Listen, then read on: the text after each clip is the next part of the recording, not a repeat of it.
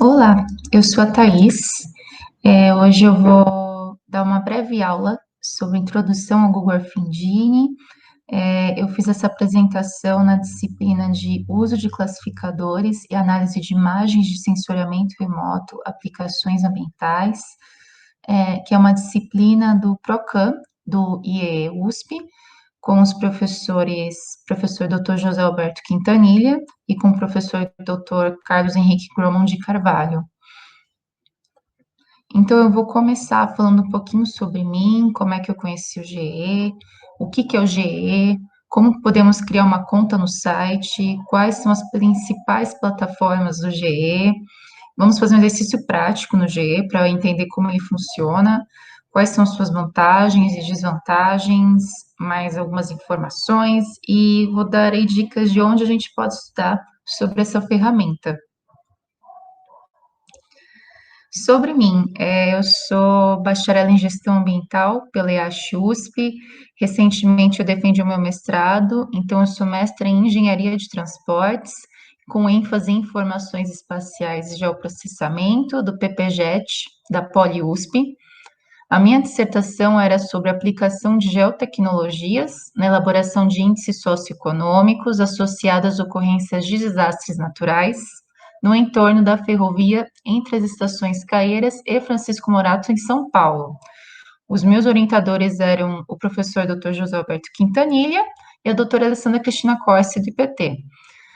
Eu consegui uma bolsa de mestrado da FAPESP, cujo tema do meu projeto de pesquisa era estruturação de informações geoespaciais em ambiente Big Data. Então, eu utilizei o Google Earth Engine como uma das ferramentas de Big Data geoespacial.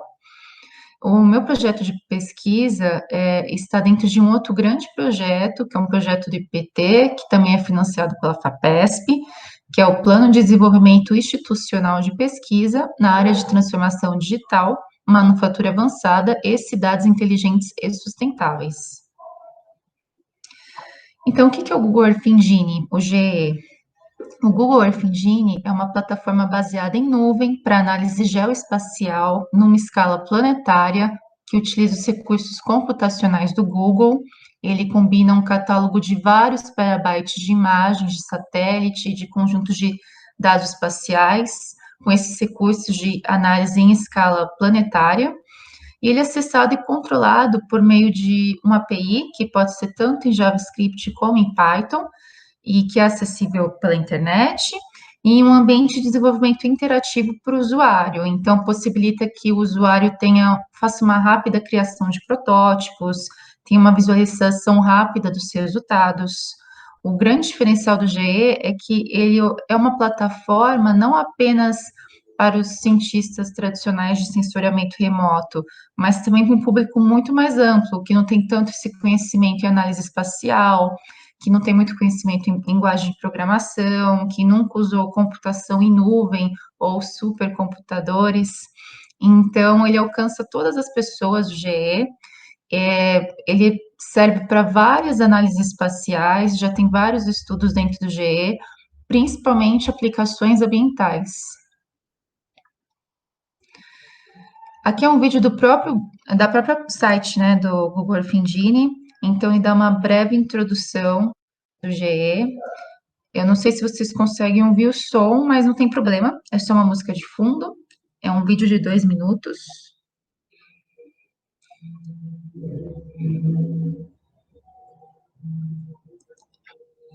Então, ele faz o processamento de dados geoespaciais, uma plataforma de análise para esses dados. Aqui mostra o centro de infraestrutura de dados de processamento do Google, os clusters. Ele permite que os cientistas foquem mais na ciência, em vez de ficar baixando dados. É uma análise em escala planetária, são petabytes de dados em sensoramento remoto, e tem imagens de satélite, também tem ortofotos.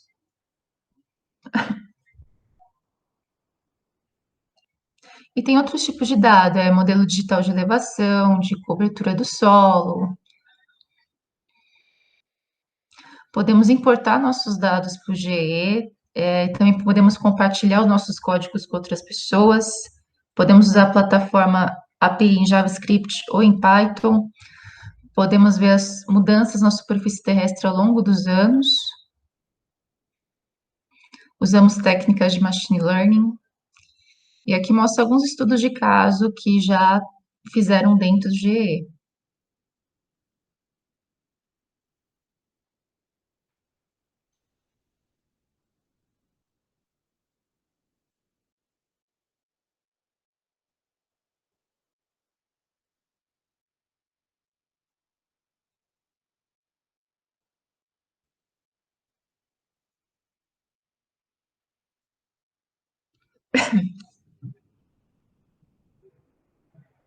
E é isso.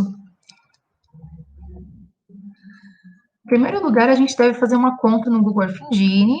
Então, a gente entra no site, na página inicial do GE, que eu estou deixando o link aqui. Lá em cima, no canto superior, tem a opção Sign Up.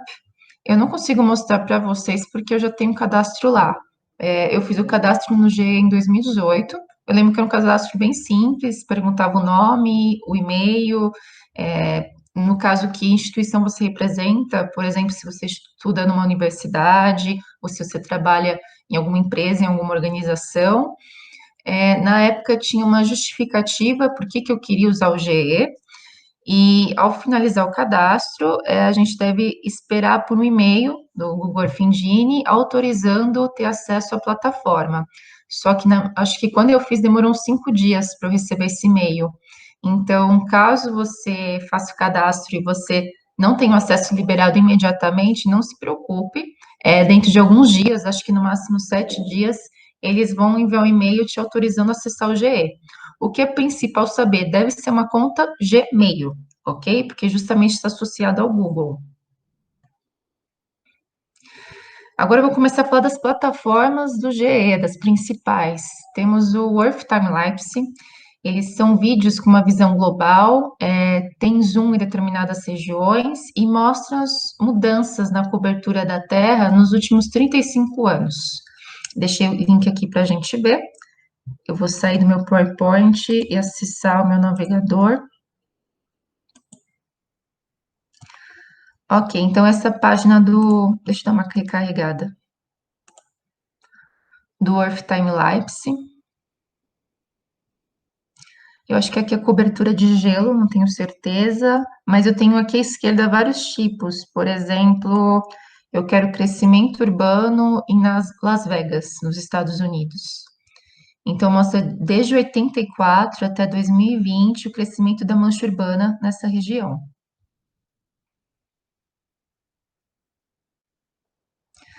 Aí eu tenho outros exemplos, por exemplo, desmatamento em Rondônia, no Brasil.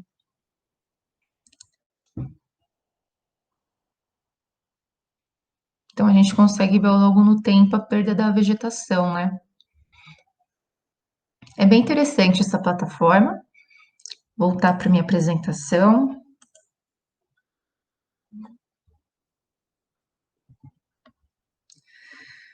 Uma plataforma interessante também é o Earth Engine Data Catalog.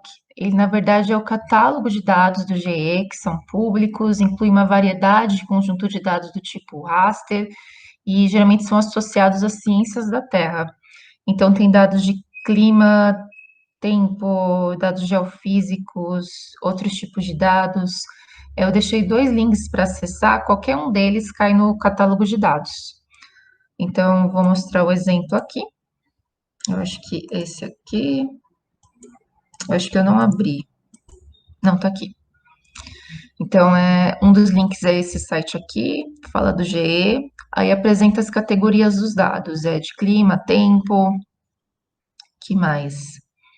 As imagens de satélite, imagens de alta resolução, dados geofísicos, né, de terreno, enfim. Eu vou clicar em um exemplo para mostrar. Eu tenho no dados de clima, nessa categoria, vai aparecer todos os dados relacionados ao clima, atmosfera. Então, por exemplo, eu vou clicar nesse, parece que é concentração de metano, de aerosóis ao redor do mundo. Clicando nele, ele mostra as informações desse dado, dá até o código, então aqui até a descrição de todo o dado, das bandas, das propriedades da imagem.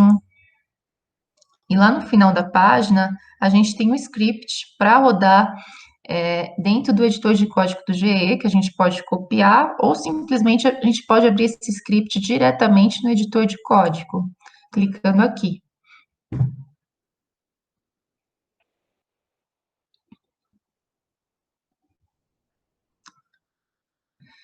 Então, vocês viram que eu não escrevi script nenhum, ele apareceu sozinho aqui. Esse é o editor de código do GE, eu não vou falar dele agora, porque eu vou falar dele daqui a pouco. Então, aqui está todo o script para a gente fazer aquela análise de concentração de aerosóis, de metano. Então, eu vou apertar o Run e ele vai desenhar os meus layers aqui. E como é que eu sei que os layers estão sendo desenhados? Justamente por causa dessa barrinha layers. Conforme está cinza, é porque está carregando. Quando carregar tudo, a barrinha vai ficar branca. Ok, já carregou todos os meus layers, então dá uma ideia. Se não me engano, a concentração de metano, pelo que eu entendi, tem outros aerosóis. A gente tem que dar uma melhor olhada na descrição do dado, ok? Então, esse foi um exemplo. Eu posso fechar aqui. Voltando para o meu PowerPoint.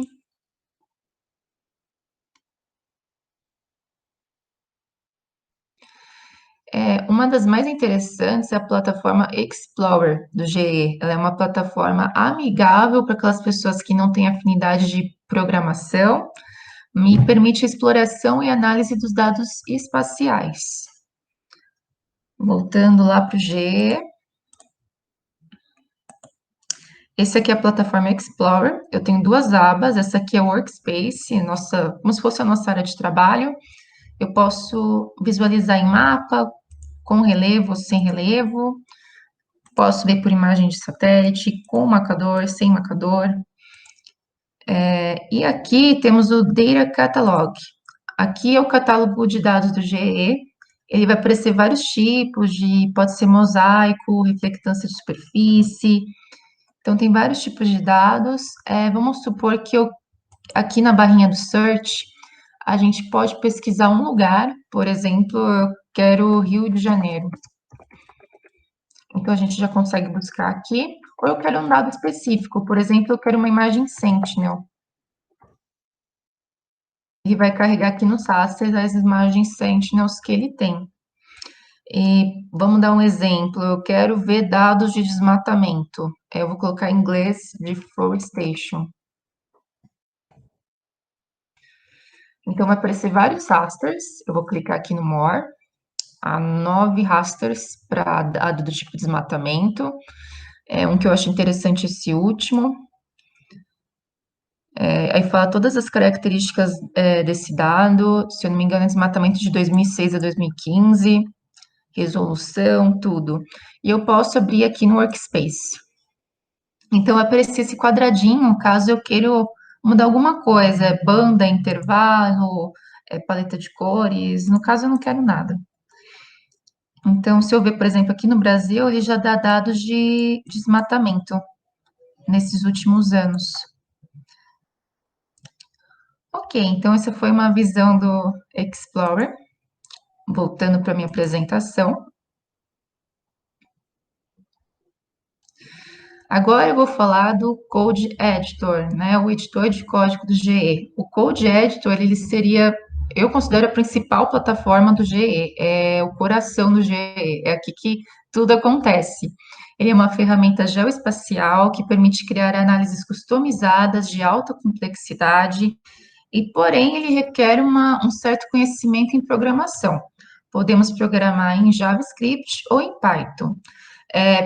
Porém, quando abrimos o site do editor de código no GE, nós vamos ver, ele já fornece diretamente a interface para a gente programar em JavaScript.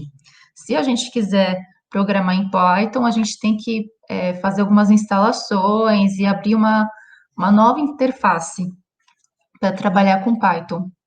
Então, vamos lá. Essa aqui é o editor de código do GE, já está a API de JavaScript. Então, vocês vão ver uma coisa bem parecida. Por exemplo, aqui nos scripts eu tenho a pastinha owner, são os meus dados que eu guardo aqui. Por exemplo, eu tenho uma pastinha do mestrado, aqui tem os dados que eu uso, os meus códigos. Por exemplo, aqui tem outras pastas, eu tenho a pasta de exemplos, que são exemplos do próprio GE, para ele já dá tipo uns códigos prontos para a gente trabalhar. Então, por exemplo, eu quero trabalhar com NDVI. Já tem um código pronto como exemplo. Então, basta eu substituir as variáveis, né? O tipo de imagem que eu quero, a minha área de estudo, se eu quiser aplicar uma paleta de cores, etc. Então, se eu rodar esse código, ele vai associar o Kansas City, que é a área de estudo dele, vai rodar os layers. Então, aqui podemos ver que temos dois layers, essa imagem mods e o NDVI que ele fez em cima dessa imagem mods. Então, pode perceber que o GE já ajuda a gente a programar, já tem bastante código pronto para a gente trabalhar em cima. Nessa abinha aqui no canto esquerdo, na Docs, seria documentação do GE. Então, seria um dicionário. Essas são várias funções que tem no GE. Então, vamos supor que eu tenha função em algum tipo de dúvida em algum tipo de função. Então, eu venho aqui, clico, ele vai me mostrar todas as características de cada algoritmo, de cada função. Aí eu tiro minhas dúvidas aqui. O que seriam os assets? O assets, por exemplo, vamos supor que eu tenho um shapefile, um polígono da minha área de estudo, e eu quero importá-lo para dentro do GE para fazer umas análises dentro dele. Então, é possível, eu vou aqui em New, eu posso importar o GeoTIFF, se eu não me engano, até 10 gigabytes. Posso importar dados do tipo shapefile, pode ser em formato shape ou em formato zip mesmo, e dados do tipo CSV, ok? Isso a princípio, né? No nosso canto direito, temos a aba Inspector. O Inspector, eu, por exemplo, posso clicar em determinado dado ou em determinado pixel, ele vai me trazer todas as informações, por exemplo, daquele pixel. Então, se eu clicar em um ponto aleatório aqui em qualquer pixel dessa imagem de NDVI, ele vai me mostrar a posição geográfica, bandas, os objetos, propriedades, várias informações, ok? Temos o Console. O Console é bem parecido com o Console de um software de programação. Então, enquanto eu estou escrevendo meu código e rodando, ele aparece aqui que está processando alguma coisa. Se deu algum erro, ele vai aparecer uma mensagem aqui. E os tasks. Pode ver que minha aba de tasks está até cheia. Os tasks, vamos dizer, são coisas que a gente pode importar para dentro do GE ou pode baixar para dentro do GE. Vamos supor que eu queira baixar uma imagem de satélite do GE. Quando eu vou baixar, ela aparece aqui para mim, aparece uma rodinha do GE girando, que eu vou mostrar mais para frente, e significa que a imagem está sendo baixada para o meu computador.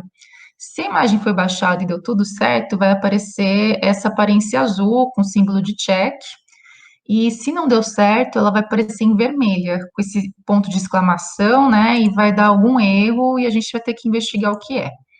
Esse aqui, engraçado, ele apareceu cinza porque eu cancelei o andamento do processamento. E aqui do lado tem mais ou menos o tempo que ele demorou para subir ou para baixar o dado. Esse tempo às vezes demora para atualizar, então nem sempre é preciso. Aqui temos a nossa área de escrever o código. Podemos salvar o nosso código em determinado arquivo, em determinada pasta.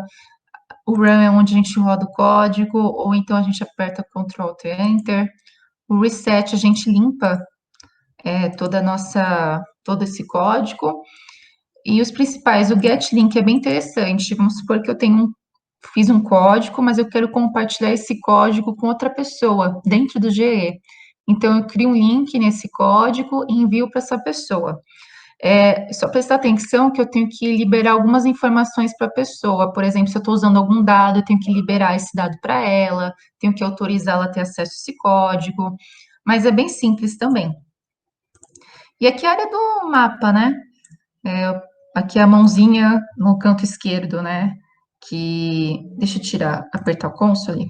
Isso, que eu posso mexer, dar mais um, menos um, ou com a rodinha do mouse. Se eu quero mapa, se eu quero com relevo, sem, se eu quero imagem de satélite, etc. Eu acho que do editor de código é isso, ok?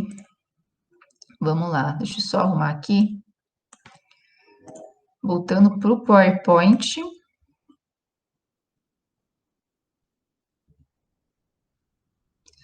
Agora a gente vai fazer um exercício prático para ter ideia de como o GE funciona. Nesse caso, eu escolhi uma atividade mais simples, que não envolve tantos conceitos de sensoriamento remoto, até porque eu fiz essa apresentação numa disciplina e a turma estava no início da disciplina. E eu também fiz uma coisa que não fosse tanto demorada, porque eu tinha um tempo de apresentação. Então, nesse caso, a gente vai escolher uma imagem de satélite com menor quantidade de nuvens dentro do GE. Então, por exemplo, eu lembro que antes de trabalhar com GE, eu iria lá no site do Earth Explorer, que é o site do USGS, que é o Serviço Geológico Americano, definia minha área de estudo, o período que eu queria a imagem, qual tipo de imagem que eu queria. Então, ele procurava, ele dava uma lista de imagens, aí eu ia no preview de cada imagem, ver qual imagem aparentemente tinha menos nuvens. Baixava aquela imagem, que já demorava um certo tempo, e deixava meu computador mais pesado, e depois colocava essa imagem em algum software, fazia um processamento, dependendo do processamento, pode levar bastante minutos, às vezes horas, dependendo do tamanho da imagem, do tamanho da sua região, enfim. Então, era bem demorado esse processo. No GE, a gente vai fazer a mesma coisa, só que de uma maneira muito mais prática e rápida. O porém é que a gente tem que usar um pouquinho de linguagem de programação, mas não é nada absurdo. Então, no caso, eu vou usar a linguagem JavaScript, porque vamos utilizar a API do JavaScript do GE, que é a principal.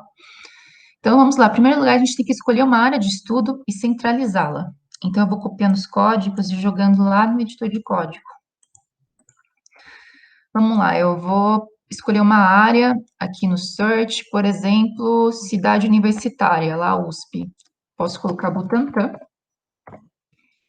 Clico em Butantã, São Paulo, Brasil. Eu acho que ele não apareceu, será? Não apareceu sim. Jardins, não sei o que. Apareceu aqui. Aqui está a Raia Olímpica da USP, tudo. É praticamente aqui, né? A cidade universitária. Para deixar marcado, eu quero colocar um ponto, mais ou menos no meio da minha área de estudo. Pode ser um ponto polígono, por enquanto eu vou colocar um ponto, só porque eu quero pegar as coordenadas. Então, seria mais ou menos aqui. Então, logo que eu adicionei o ponto, primeiro ele criou uma geometria automaticamente aqui no código, com as coordenadas desse ponto. Eu posso vir aqui no meu layer e alterar o nome, por exemplo, eu quero escrever, em vez de geometry, geometria. Vai ser uma geometria, não quero, no momento, nenhuma propriedade. Posso alterar a cor, por exemplo. Ok. Então, eu vou começar a escrever o meu código. Essa função map_set_center, ela é usada para centralizar a minha área de estudo e posso determinar um certo zoom para ela. Então, a primeira coisa que a gente tem que fazer é colocar a longitude, a latitude. Como é que eu sei? O próprio GE já dá essa informação aqui, quando ele inseriu a variável geometria. Então, eu copio e colo.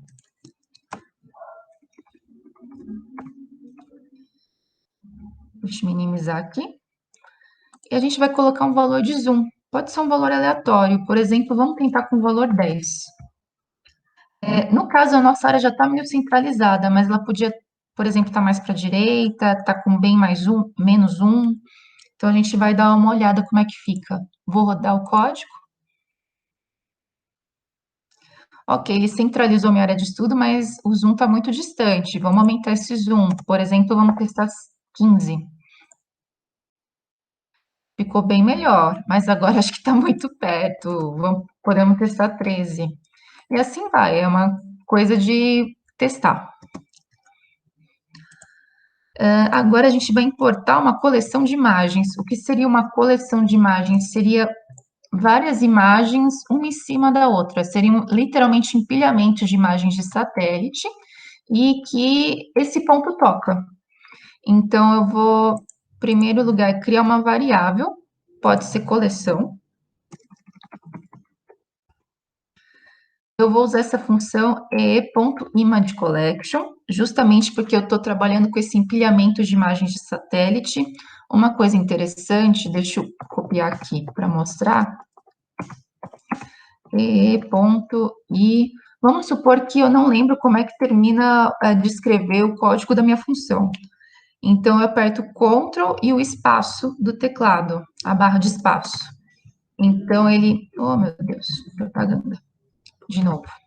Então, ele vai aparecer as funções que começam com o que eu escrevi, e em cada função, ele vai explicá-la, para que ela serve, quais são seus argumentos, quais argumentos são obrigatórios, quais argumentos são opcionais. Então, eu já clico aqui em Image Collection, e ele já ajuda a escrever o código. Vou apagar aqui. Bom, e.image collection é de Earth Engine, até onde eu saiba. E dentro do parênteses da aspas simples, eu tenho que colocar o ID da coleção de imagens que eu quero. Então, vamos escolher uma coleção de imagens. No caso, eu vou querer trabalhar com a imagem Landsat.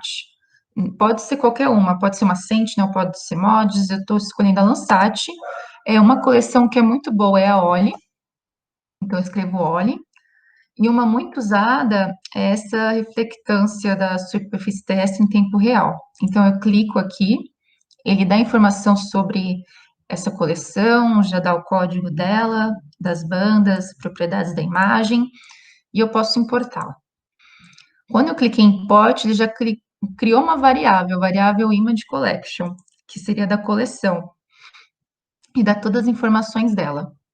Voltando à minha linha de código, ele fala aqui que é o ID da coleção. Qual que é o ID dessa coleção? Ele já dá aqui. É esse código grande aqui, Landsat, LC08. Ok. Se eu rodar o código assim, não vai aparecer nada. Eu preciso usar uma função que desenhe meu código no GE. A característica que eu quero, o layer que eu quero. Então, essa função map.addLayer. Então, map.addLayer, dentro dos parênteses, eu ponho o nome da variável que eu quero, que é, por exemplo, coleção.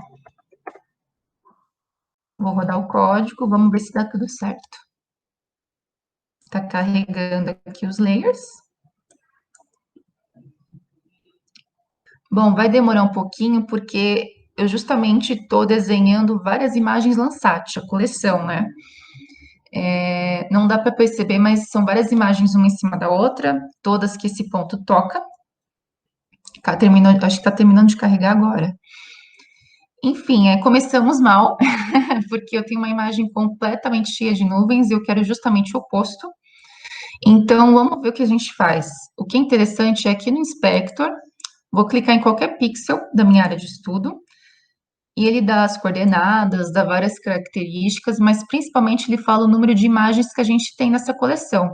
Eu tenho 162 imagens Landsat que intersectam com esse ponto. Então, ok, eu não quero 162 imagens, eu quero bem menos que isso. Então, eu vou começar a filtrar esse código. O próximo código que a gente vai rodar é esse filter metadata.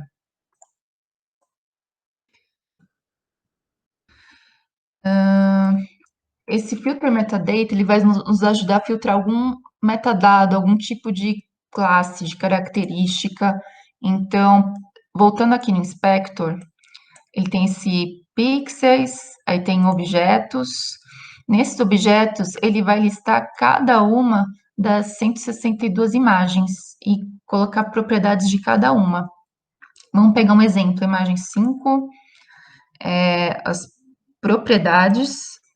Dentro das propriedades, eu tenho uma classe que me interessa, é chamada Cloud Cover, seria a quantidade de nuvens da imagem. Então, nesse caso, na imagem 5 que a gente está vendo, a cloud cover é de 9,56. Eu não tenho certeza, mas eu acho que é porcentagem isso, tá? Ok, imagem 5 a gente tem 9,56 de nuvens. Vamos ver, por exemplo, a imagem 20.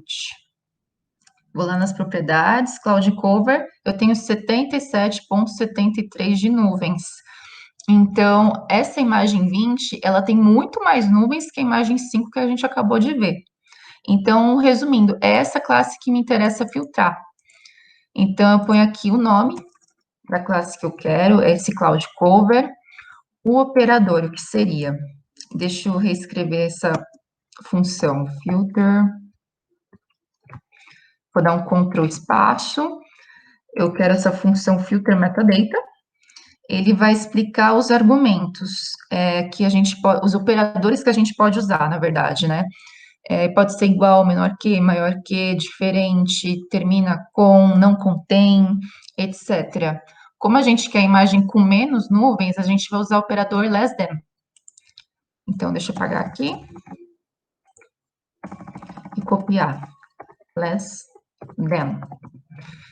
E seria o valor, é um valor qualquer para essa característica, para essa cloud cover. Então, como eu quero uma imagem com pouca nuvem, eu vou colocar um valor baixinho. Pode ser o 2, por exemplo. Tá?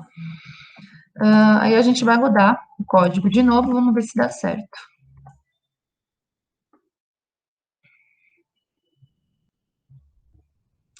Bom, deu certo, já ficou bem melhor, uma imagem com bem menos nuvens. Então, a gente vai aqui no Inspector, clique em algum outro pixel da nossa área de estudo. Agora ele fala que a gente tem 13 imagens, antes a gente tinha 162. Para 13, poxa, reduziu bastante já. Mas ainda 13 imagens eu acho muito para eu ficar vendo na mão. Qual que tem menos nuvens, né? Então, eu posso realizar um outro tipo de filtro ainda. Por exemplo, eu posso filtrar a imagem de um certo período que eu quero. Por exemplo, eu uso a função filter date. Eu uso a data inicial, depois a data final. Só dar uma olhada aqui no Inspector, ele fala que a gente tem 13 imagens agora. Lá nos objetos, ele lista essas 13 imagens. E ele já fala as datas dessas imagens. Então, tem imagem desde 2013 até 2020. Então, vamos supor que eu quero uma imagem do ano de 2020 só. Então, eu posso considerar minha data inicial 1º de janeiro de 2020 e a final 31 de dezembro de 2020, por exemplo. Então, eu escrevo aqui as datas, só que tem que ser em formato americano. Então, 2020, 01, 01, 2020, 12, 31. Eu acho que é isso. Vamos rodar nosso código novamente. Run.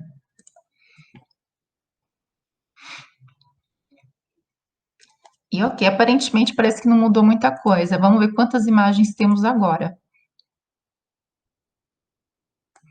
Agora eu tenho 2 imagens, melhorou bastante. Agora eu posso pegar essas 2 imagens e ver cada uma qual que tem menos nuvens.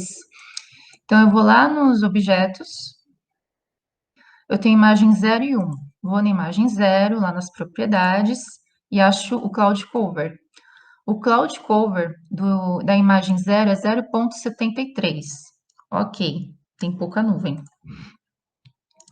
E na imagem 1, o Cloud Cover, eu tenho 0,05 de nuvem, ou seja, eu tenho menos nuvens na imagem 1 do que na imagem 0. Então, é a imagem 1 que eu quero, ok?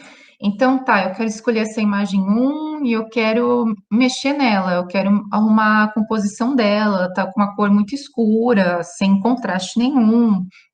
Então, a gente pode usar, por exemplo, esse código aqui.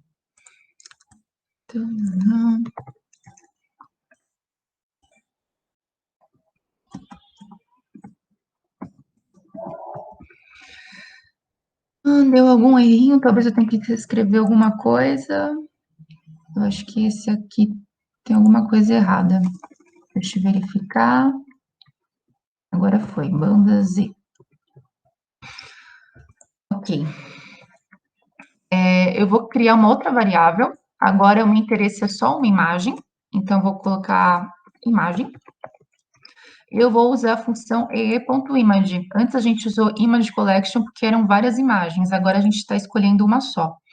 E dentro das aspas, eu vou colocar o ID da imagem escolhida. Então, eu venho aqui no inspector, a gente escolheu a imagem 1, e eu quero o ID dela, que ele já fala aqui. É esse código gigante mesmo, que a gente tem que copiar e colar.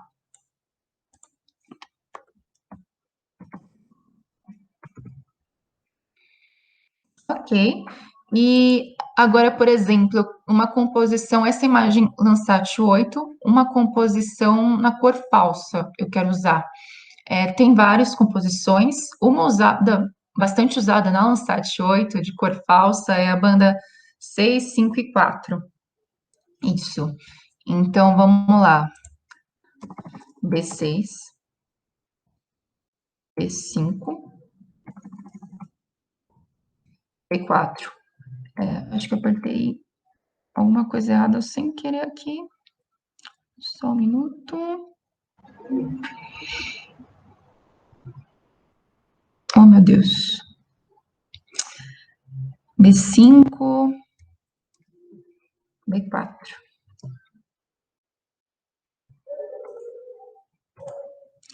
Mesmo assim, ficou alguma coisa errada. Ele comeu uma. Só um minuto que eu fiz alguma besteira no meu teclado. Insert. B5, B6 e B4. Deixa eu ver se. Eu não sei porque que ele tá dando esse sinal. Vamos select. E faltou colchetes, é isso mesmo. Achei. É bom porque, por exemplo, se eu esqueço é, alguma coisa, né, parte do código, se eu escrevo alguma coisa errada, o G vai apontar. Então, por exemplo, eu tinha esquecido o colchetes. Ele já deu um xizinho e ele fala, olha, é esperado um colchetes antes do parênteses. Ele já dá as dicas.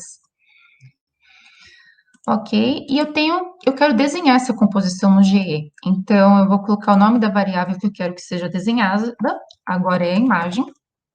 As bandas, banda X, Y e Z. No caso, eu quero a banda B6, copio. B5 e a B4. Ok, vou apagar essa linha aqui que eu não preciso mais e vamos ver se dá certo. Ok, agora ele desenhou uma imagem só na composição que eu queria da Landsat. Se eu clicar aqui com o Inspector, ele vai confirmar que eu só tenho uma imagem agora. E agora a nossa imagem está com mais cara de Landsat. Só ressaltando que eu usei essa ordem de bandas para Landsat 8. Se você estiver trabalhando com uma Landsat 5 ou uma Landsat 7, para ter essa mesma composição, essa mesma cor de imagem, você deve trabalhar com uma outra sequência de bandas, ok? E eu acho que é isso. Então, mas eu ainda, poxa, a imagem está escura ainda, né? Eu posso ir aqui no Layers, na rodinha de configurações. Tem uma coisa que eu posso fazer, que é deixar a imagem mais transparente. É tipo desligar a imagem, ou mais escura. Mas o principal é que aqui nos Layers eu posso brincar com as bandas aqui mesmo, com intervalo, com uma paleta de cores, com opacidade, enfim. Mas o mais interessante é esse custom, que eu posso definir o stretch. Então, por exemplo, é o stretch de 98%. Se eu aplicar, eu vou ver que o brilho, o contraste da imagem vai melhorar bastante, ok? Então, melhorou bastante para a gente fazer algum tipo de análise na minha área de estudo. Ok, vamos supor que por algum motivo não é necessário, mas eu quero baixar essa imagem.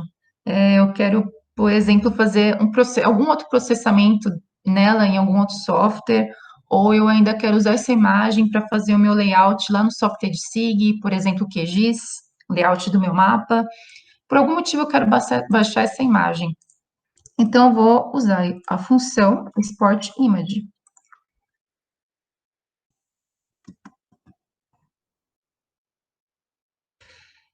Ok, então eu posso, deixa eu reescrever aqui, export, image, espaço, eu posso exportar a imagem para um asset dentro do GE, eu posso exportar essa imagem para o meu Google Cloud, ou eu posso exportar a imagem para o meu Google Drive, que é mais comum. Então, eu vou usar a função export image to drive. O image se refere à imagem, à variável que eu quero exportar. No caso, a gente definiu como imagem aqui em cima. Description seria o nome de saída do arquivo, né? Eu vou baixar um arquivo .tif, é esse nome que eu vou dar. Por exemplo, pode ser Landsat 8, L8, enfim. Region. Vamos supor que, se eu não quiser baixar nenhuma área de estudo, deixa eu explicar de outra forma. Por exemplo, eu quero baixar só a imagem Landsat para minha área de estudo, a questão de universitária. Eu não preciso baixar a imagem satélite, a Landsat inteira. Então, eu uso esse argumento region. Então, aqui que seria a minha área de estudo. No caso, a gente utilizou ponto aqui.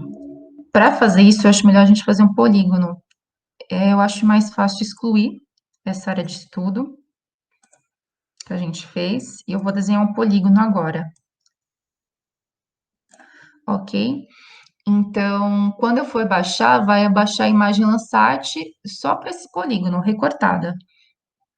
Então, eu vou dar o nome dela do quê? Pode ser USP. Ok. Eu acho que ela importou lá em cima já. Variável USP, polígono, 4 vértices, ok. E eu mudo aqui, né, o nome. Eu quero que minha área de estudo seja USP. Vamos supor que eu não quero definir uma área de estudo, eu quero imagem de Landsat inteira. Simplesmente eu apago essa linha, ok? Scale seria a escala, seria o tamanho do pixel da imagem que a gente está trabalhando. Como a gente está trabalhando com uma Landsat, o tamanho do pixel da Landsat é 30 metros. Então, vai ser 30. CRS é o Sistema de Referências de Coordenadas. Por default, o GE utiliza o EPSG, 4326, que nada mais é que o WGS 84. Folder, eu vou baixar essa imagem para dentro do meu Google Drive, mas eu quero que ela fique numa pastinha específica, para eu não perder. Então, eu posso dar o nome de uma pasta, pode ser aula. E aqui eu tenho que colocar o número máximo de pixels, por padrão. Como são vários pixels, a gente tem que definir um número bastante grande. Geralmente, colocam 10 elevado à 13ª. Ou escrevo 1 e escrevo 13 vezes o zero, ou escrevo 1e elevado à 13ª. Vou dar o código, vamos ver se dá tudo certo. A princípio parece que sim. A abinha tasks ficou laranja. Aqui aparece o L8, que é o arquivo que a gente está querendo baixar, a imagem Landsat recortada para esse polígono. Eu aperto Run. Ele ainda dá uma segunda chance para eu querer mudar alguma, como é que fala, configuração do dado. Eu quero manter tudo que eu coloquei. Aperto Run de novo. E aqui começa a rodar a rodinha do GE e contar o tempo que fica rodando. Isso significa que a imagem está sendo baixada. Então, se ela for baixada e der tudo certo, ela vai ficar em azul com esse sinal de check. Se ela não baixar, ela vai aparecer em vermelho e eles vão falar qual o problema que está acontecendo. Eu acho que é isso. Então, basta você acessar a sua conta do Google Drive, você vai na sua pasta chamada aula e dentro dela tem que ter um TIFF chamado L8, ok? E você pode baixar essa imagem para o seu computador. Eu acho que é isso.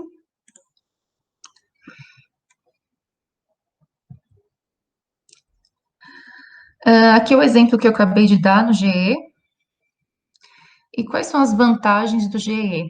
O GE ele apresenta um grande catálogo de dados geoespaciais, então já temos muito processamento pronto, vários códigos prontos para usar. Ele é bom para projetos que requerem uma ampla cobertura, né? Quando a gente tem que fazer um mapeamento de uma grande área. O GE demonstra uma alta e rápida capacidade de processamento de dados, como vimos. Ele armazena uma grande quantidade de dados na conta do usuário, então na nossa conta ele pode armazenar até 250 gigabytes de dados. Eu acho que o principal processamento dos dados em nuvem, então não precisa baixar nada se você não quiser, o computador não fica pesado, então o processamento é rápido.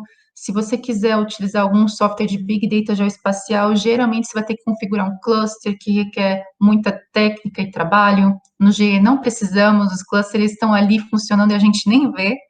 E ele é gratuito. E as desvantagens? O GE ele é mais voltado para análises em raster. É possível fazer operações em SIG no GE, mas elas ainda são muito limitadas. A segmentação de imagens e modelos hidrológicos, por enquanto, eles ainda são restritos. É difícil executar análises espaciais dos pixels devido ao processamento distribuído do GE. Não é possível imprimir uma coleção de mais de 5.000 elementos no console do editor de código. Por exemplo, uma vez eu tentei subir um shapefile para dentro do GE, dos eixos de logrador da região metropolitana de São Paulo, e eram mais de 5.000 eixos. Então, apareceu lá no console, no editor de código do GE, que não era possível subir mais de 5.000 elementos, meu GE ficou lento, e nem apareceu todos os eixos de logrador. É possível fazer inserção de um dado do tipo CSV no GE, como eu já disse, só que é bem trabalhoso fazer com que o GE conheça a posição geográfica do CSV. Então, é mais comum a gente, por exemplo, se tiver um CSV com coordenadas, a gente transformar esse CSV em shapefile, e aí sim a gente adiciona o shape para o GE. E até quando será gratuito? Por enquanto é gratuito, mas pode ser que um dia o Google, por algum motivo, mude de ideia e fale, olha, para você processar os seus dados, para você ter acesso ao catálogo do GE, agora você vai ter que pagar. E não estou falando que isso vai acontecer, mas é um risco. Acontecer mais ou menos o que no Google Cloud, né? Que eles dão um crédito de $300 para a gente trabalhar, e quando acabar esse crédito, a gente tem que pagar. Então, é um risco. E para finalizar, hoje em dia nem tanto, mas há pouco tempo atrás as pessoas confundiam muito o Google Earth Engine com Google Earth. Quando eu falava que estava trabalhando com Google Earth Engine, as pessoas achavam que eu estava falando do Google Earth, e não, são ferramentas diferentes. O Google Earth, ele é mais uma visualização de imagem, né, de foto, vamos dizer assim. Então, eu consigo, por exemplo, desenhar um polígono, calcular a área desse polígono. Se eu quiser, eu consigo baixar uma imagem do Google Earth, consigo georreferenciá-la no software depois. Então, ele é útil, mas não tem nada a ver com o Google Earth Engine. O Google Earth Engine possibilita também a visualização de imagens, mas ele é muito mais do que isso, né? Ele dá um catálogo de dados e, principalmente, a gente pode fazer vários processamentos dentro dele. E muita gente pergunta se o GE é melhor que o QGIS, o ArcGIS, se ele vai substituir. Eu acho que é uma comparação que, por enquanto, não tem nada a ver, são ferramentas diferentes, com finalidades distintas. O GE é mais para processamento digital de imagem, o QGIS e o ArcGIS é mais voltado para análises em SIG. E quem quiser se aventurar a programar em Python do GE, eu coloco esse guia do próprio GE, dos developers, que eles ensinam, mas assim, dá um pouco mais de trabalho, é ao contrário do JavaScript, que já tem uma API pronta. O Python a gente tem que instalar algumas coisas no nosso computador, e o outro problema é que a maioria dos cursos e tutoriais que a gente encontra de GE estão na linguagem JavaScript. Então, quem for usar Python vai ter que pensar mais um pouquinho, vai ter um pouco mais de trabalho. E existe um plugin do GE para a gente utilizar no QGIS. Então, dentro do QGIS, eu posso mexer no GE também. Então, deixei um link de um tutorial aqui. Onde eu posso estudar GE? Se você se interessou, tem alguns tutoriais disponíveis na internet. O principal é do próprio Google Earth Engine, que é o site Developers. Eles dão vários exemplos de aplicações. Temos bastante tutoriais nesse site, Gears, do YouTube, nesse Program Sun. A maioria dos tutoriais no YouTube estarão em inglês, tá? Em português, a gente vai achar muita coisa no canal do YouTube do Luiz Sadek. Ele é da Solid Scholar e eles são da equipe do Map Biomas, se eu não me engano, de Belém do Pará. E para quem quiser estudar mais ainda, né, eu indico alguns cursos. Tem esse primeiro que eu fiz, então eu recomendo, eu gostei bastante. E tem esses dois também no site da Udemy. Muito obrigada pela atenção de todos vocês até aqui. Eu passo meu e-mail, meu LinkedIn, caso alguém tenha alguma dúvida ou queira trocar experiência sobre o GE, enfim. Essas são as referências que eu usei na minha dissertação. A principal delas é esse artigo do Gorelick, da Remote Sense of Environment. Eu acho que é o artigo mais citado de GE, ele sempre aparece quando se fala de GE, então eu recomendo fortemente a leitura desse artigo. Muito obrigada.